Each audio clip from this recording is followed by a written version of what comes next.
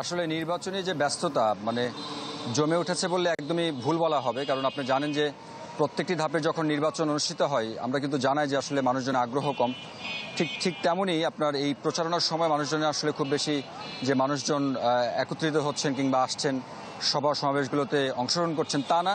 তবে প্রার্থী যারা আছেন তারা তাদের একদমই শতভাগ দিয়ে আসলে তারা মাঠে কাজ করছেন, এমনটাই কিন্তু আমরা লক্ষ্য করছি। বিশেষ করে যারা চেয়ারম্যান প্রার্থী আছেন তারা, আমরা যদি একটু বলি যে নওগাঁ সদর আসনে এবার 2 জন প্রার্থী আছেন।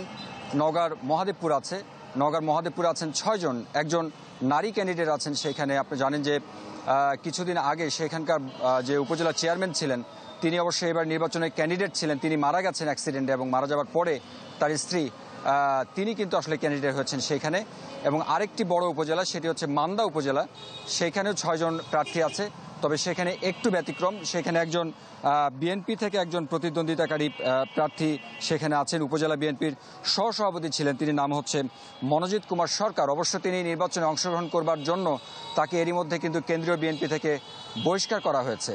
তবে যারা চেয়ারম্যান ক্যান্ডিডেট এবং যারা কাউন্সিলর আছেন তারা আসলে মানুষের দ্বারে দ্বারে যখন যাচ্ছেন তারা বিভিন্ন রকম প্রতিশ্রুতি দিচ্ছেন। যদিও বা মানুষজনের মধ্যে একটি ধারণা আছে যে বিগত সময়ে যারা উপজেলা চেয়ারম্যান নির্বাচিত হয়েছেন তারা আসলে মানুষজনের কাজকর্মে কিংবা অসুবিধায় বা বিভিন্ন সময় খুব একটা যে ভূমিকা রাখতে পেরেছেন তা কিন্তু নয়।